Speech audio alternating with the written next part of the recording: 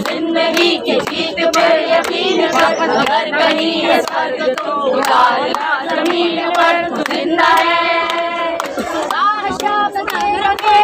गगन को चूम कर, तू सुन जमीन गा रही है कब से झूम कर। क्या कहेंगे इसके? देखिए, भारतीय जनता पार्टी, मोदी, अमित शाह ये देश की जनता को बांट रहे हैं। अल्पसंख्यकों के नाम पर, मुस्लिम हिंदू के नाम पर, दलित और ब्राह्मणों के नाम पर, हिंदू मुसलमानों के नाम पर ये राजनीति को इस देश की जनता नहीं सहेगी। यही हमने नारा दिया है, इसी के लिए ही हम आज यहाँ पर सड़कों पर उतरे। किस तरह की बांटा जा रहा है, आपको क्या बताएंगे? ये बांटा जा रहा है क्योंकि इसी बांटने के जनता को बांटने के आधार पर ही इनकी राजनीति चलती है। एक तरफ ये हिंदू की बात, हिंदू राष्ट्र बन रहा है तो क्या गलत है?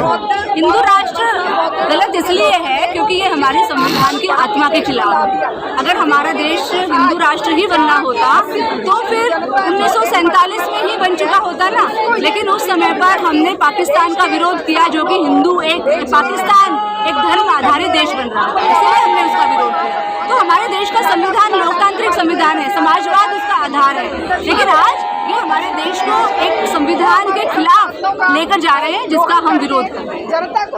आप और मैं जो कूलर एसी में रहते हैं वो हम कभी उधर नहीं जाएंगे, उनको भी शौक नहीं उधर रहने का, वो मजबूरी में रहते हैं। उसको ढा के वो क्या कर रही है सरकार? सरकार कह रही है कि आपका गरीब होना भी गुनाह है। आपको, अगर आप गरीब हैं तो आपको सड़क पे सोना है। हाँ, जी छात्रों को क्या जरूरत पड़ गई प्रोटेस्ट सुनाने की? जी, कोई भी मूवमेंट होता है उसमें अलग अलग वर्गों का साथ आना ज़रूरी है। तो ऐसे ही जो ये हम देख रहे हैं माइनॉरिटीज़ के साथ देश में जो हो रहा है, उसमें स्टूडेंट्स का, छात्रों का, उनको सपोर्ट देना, अपनी सॉलिडारिटी दिखाना बहुत ज़रूरी है। इसलिए हम साथ आए हैं। हमारे भी काफ़ी साथी हैं जो जहांगीरपुरी, शाहीन बाग जैसे इलाकों में रहते हैं, तो इसलिए बहुत ज़रूरी होता है कि हम सब साथ मिलके इस जंग को लड़ें। क्या लगता है जहांगीरपुरी और शाहीन बाग में जो अतिक्रमण हटाया गया उस पर आप क्या कहेंगे? देखिए, ये तो अतिक्रमण तो ऐसे बोला जा रहा है कि मतलब सिर्फ उन्हीं इलाकों में अतिक्रमण है और कहीं मतलब इंक्रोचमेंट हुआ ही नहीं है, जबकि हम देखेंगे दिल्ली के कितने इलाकों में इंक्रोचमेंट है। और ये एक साजिश है इस सरकार की, भाजपा की, आरएसएस की, कि किस तरह इस देश के अल्पसंख्यकों को दबाया जाए, रोका जाए और इनकी प्रगति होने ना दी जाए। जहाँ वो इस तरीके का बात कहते हैं, वहाँ हम गए, ग्राउंड पे देखा, तो ये एक तरीके का वैसा ही बात है कि जिस तरीके से ये right wing political party BJP खासकर मुसलमानों को पाकिस्तानी बताते हैं, अब ये बांग्लादेशी बताना इन्होंने शुरू कर दिया है, इन्होंने रोहिंग्या बताना शुरू कर दिया। और ये तरीका नहीं है डेमोलिशन ड्राइव का और इंक्रोचमेंट ड्राइव का, क्योंकि दिल्ली के अंदर क्या पूरा देश में डेमोलिशन ड्राइव होता आया है।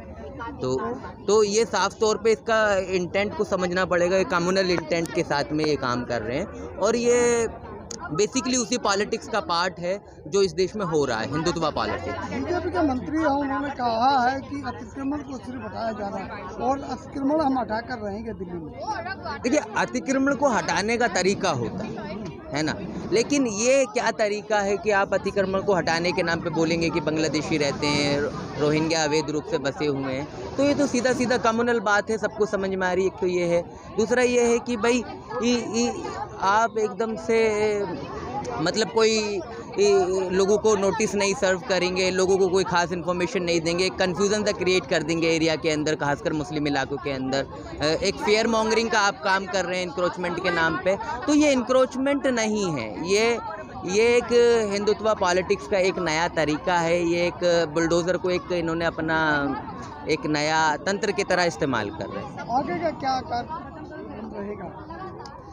देखिए, हम इसके खिलाफ सड़कों पर हैं, आज भी, कल भी रहेंगे और तब तक रहेंगे जब तक ये कम्युनल पॉलिटिक्स नहीं रुक जाता। Thank you. सबसे पहले पत्रकार भाइयों को धन्यवाद देना चाहूँगा कि उन्होंने आके यहाँ पे मीडिया कवरेज की और जो आवाज़ थी हमारी उसको जनता तक पहुँचाने का काम किया।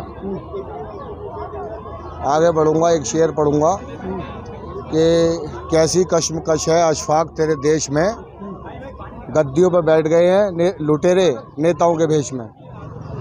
ये जो इस समय देश में चल रहा है, ये महंगाई के मुद्दे से ध्यान हटाने के लिए और देश में जो समस्याएं हैं, रोजगार की समस्या, पानी की समस्या, इनसे ध्यान भटकाने के लिए ये जो है जाति विशेष का कार्ड खेला जा रहा है और एक जाति को ख़ास तौर पर टारगेट किया जा रहा है।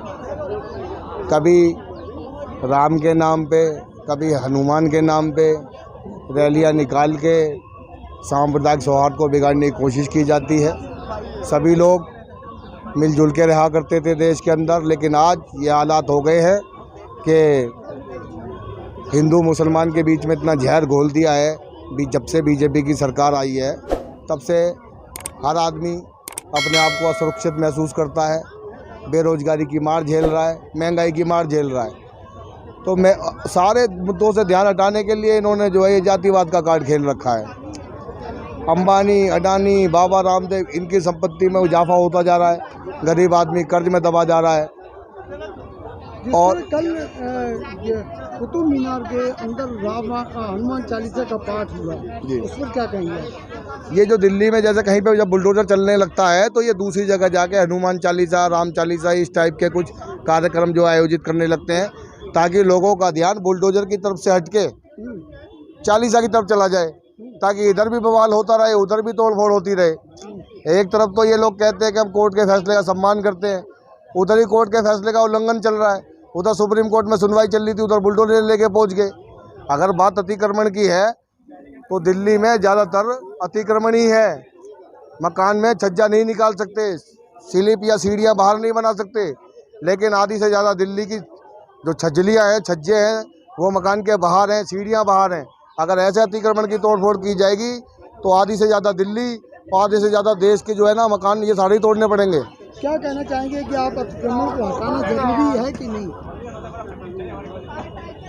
नहीं, अगर कोई काफ़ी लंबे समय से रह रहा है तो सरकार एक प्लानिंग के तहत कोई प्लान लेके आए, पहले उन्हें वक्त दे, कुछ व्यवस्था दे, उसके बाद अगर सरकार हटाना चाहेगी तो लोग सहयोग करेंगे। लेकिन अगर अचानक से लाके आप किसी के घर को तोड़ने लगेंगे तो जाहिर सी बात है सड़कों पर आएगा, खिलाफत करेगा, विरोध में बोलेगा सरकार के। क्या नाम है सर? मेरा नाम स्वराज है जी। जी, चलना क्या गलत है? अवैध जब अवैध बनता है तो ये सरकार जो जब ये अतिक्रमण होता है, जो आज अतिक्रमण के नाम पर ये बुलडोजर चला रहे हैं, जब बनता है तब कहाँ जाते हैं? जब बना लेता है तब क्या नाम कहते हैं, ये क्या सिर्फ मुस्लिमों का ही अतिक्रमण हो रहा है? बाकी जो हिंदू हैं, बड़े बड़े जो होटल खोले हैं, बड़े बड़े ये सारे ईमानदारी से थोड़ी चल रहे हैं। ये सिर्फ अल्पसंख्यकों को और फिर दलितों को, फिर महिलाओं को, ये सब डराने के लिए ये अपना एक वो इतिहास बनाना चाह रहे हैं। तो ये इतिहास जो धर्म के नाम पर बना रहे हैं, धर्म कोई सामूहिक नहीं होता है। धर्म को तो राजनीति से अलग रखना चाहिए था।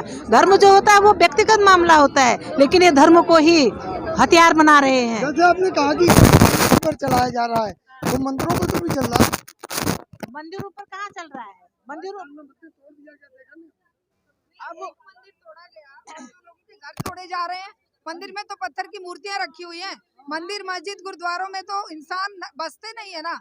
जहाँ सड़क पर इंसान बस रहे हैं, जहाँ पर उनके घरों के ऊपर बुलडोजर चलाया जा रहा है, उनके रोटी रोजी के धंधे खत्म किए जा रहे हैं। क्या आप मंदिर मस्जिदों को इंसानों से ज्यादा महत्व देते हैं? लेकिन ये कहा जा रहा है कि पहले से ही कहा गया था कि अनलीगल जो है वो तोड़ा जाएगा। आप जानते हैं कि दिल्ली की 70% जनता इलीगल अनऑथराइज्ड कॉलोनियों में रह रही है। 70% जनता, भगा दीजिए ना, तोड़ दीजिए सारी दिल्ली को। एक डीडीए फ्लैट में भी 50% निर्माण अवैध है और पूरी दिल्ली डीडीए ने बसा रखी है। अब वो सारे तोड़ दीजिए और उसके बाद आप कहिए कि हम इनको तोड़ना चाहते हैं, भगाना चाहते हैं। दिल्ली को ये शाहीन बाग, जहांगीरपुरी, जहाँ ये अल्पसंख्यक लोग रहे हैं, उन्हीं जगहों को क्यों टारगेट किया जा रहा है? ये हमारा सवाल है। इन जगहों को क्यों टारगेट किया जा रहा है?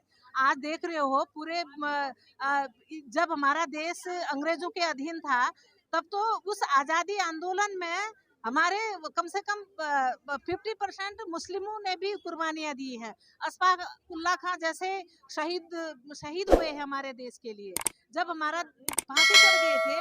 आज ये कह रहे हैं कि सब कुछ ये मुस्लिमों की वजह से हो रहा है। और जब अगर ये सिर्फ मुस्लिमों को नहीं डराया जा रहा है, तो फिर इस तरह की राजनीति क्यों कर रहे हैं? अब ये जो समाज के बच्चे हैं, नेताओं के बच्चे नहीं होते इसमें। नेताओं के बच्चे तो विदेशों में जाकर के पढ़ते हैं, विदेशों में जाकर डिग्रियां ले रहे हैं, विदेशों में सब कुछ उनके बच्चे विदेशों में, और यहाँ आम नागरिक के बच्चों के हाथ में तलवार दे करके और बंदूक दे करके, और क्यों इस तरह की जो शोभा यात्राएं निकाली जाती है। शोभा यात्रा निकालो, ये व्यक्तिगत मामला है तुम्हारा। क्या मस्जिद में जाकर ही शोभा यात्रा निकाली जाएगी? क्या मस्जिद पर ही तुम एक आदमी अपना एक रमजान में, सबका व्यक्तिगत मामला है, वो अपने व्रत को तोड़ने के लिए या मस्जिद में अपना नमाज पढ़ने के लिए बैठा है, आप उसको बाधित करोगे तो फिर कहोगे कि उन्होंने पत्थर बरसाए, तुम उनको उकसा रहे हो, तुम उन्हें बार बार उनके उसमें विघ्न डाल रहे हो।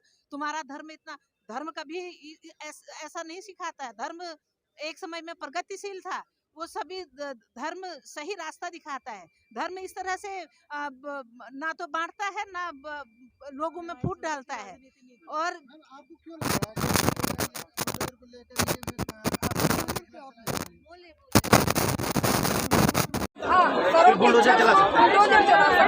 ये जो आपने लिख रखा है कि देश को बांटने की राजनीति नहीं चलेगी, क्या कहेंगे इसके?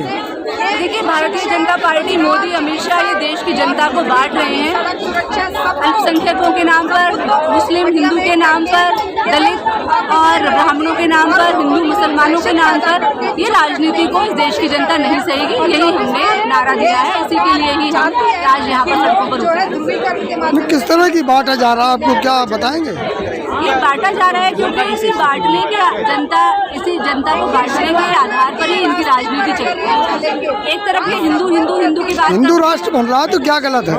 हिंदू राष्ट्र गलत इसलिए है क्योंकि ये हमारे संविधान की आत्मा के खिलाफ है। अगर हमारा देश हिंदू राष्ट्र ही बनना होता तो फिर 1947 में ही बन चुका होता ना। लेकिन उस समय पर हमने पाकिस्तान का विरोध किया, जो कि पाकिस्तान एक धर्म आधारित देश बन रहा था, इसलिए हमने उसका विरोध किया। तो हमारे देश का संविधान लोकतांत्रिक संविधान है, समाजवाद उसका आधार है। लेकिन आज ये हमारे देश को एक संविधान के खिलाफ लेकर जा रहे हैं, जिसका हम विरोध कर रहे हैं। जनता को भुखमरी, गरीबी, बेरोजगारी